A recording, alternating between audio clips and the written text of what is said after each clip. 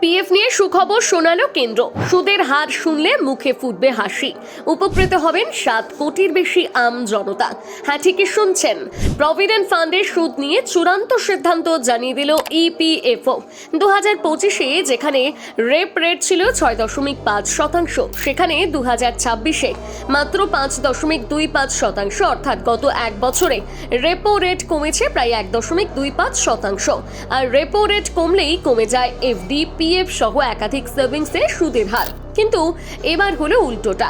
2025-26 অর্থ বছরের জন্য পিএফ জমার উপর সুদের হার রাখা হলো 8.25%। একদিকে যেখানে শেয়ার মার্কেট ধসে রয়েছে, ঠিক সেই মুহূর্তে ভালো সুদের হার বজায় রাখলো কেন্দ্র। মানে গত বছরের মতোই 8.25%, কোনো বৃদ্ধি নয়, কোনো কমানোও নয়। এই সিদ্ধান্ত নেওয়া হয়েছে কেন্দ্রীয় ট্রাস্টি বোর্ডের বৈঠকে। সভাপতিত্বে ছিলেন কেন্দ্রীয় শ্রম মন্ত্রী মনসুখ মান্ডব্য, সঙ্গে ছিলেন শোভা করন্দলাজে, বন্দনা গুরনানি, রমেশ কৃষ্ণমূর্তি। এবার প্রশ্ন, কারা উপকৃত হবেন? সারা দেশের 7 কোটিরও বেশি ইপিএফও সদস্য।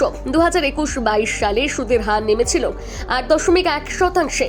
4 দশকের সর্বনিম্ন 2022-23 সালে ছিল 8.15%, তারপর 8.25%। এবারেও সেই হারই বজায়, অর্থাৎ স্থিতিশীল রিটার্ন। কিন্তু এখানেই শেষ নয়। ইপিএফও প্রতি মাসে সুদ হিসেব করে, কিন্তু টাকা জমা হয় বছরের শেষে একসাথে। মানে পুরো বছরের সুদ একবারেই দেখতে পাবেন। তবে সাবধান, যদি 36 মাস ধরে কোনো টাকা জমা না হয়, অ্যাকাউন্ট হয়ে যাবে নিষ্ক্রিয়। তাহলে সুদও বন্ধ। চূড়ান্ত বার্তা একটাই, সুদ বাড়লো না, কিন্তু স্থিতিশীল থাকলো। এক কথায় 8.25%-এই ভরসা রাখলো ইপিএফও।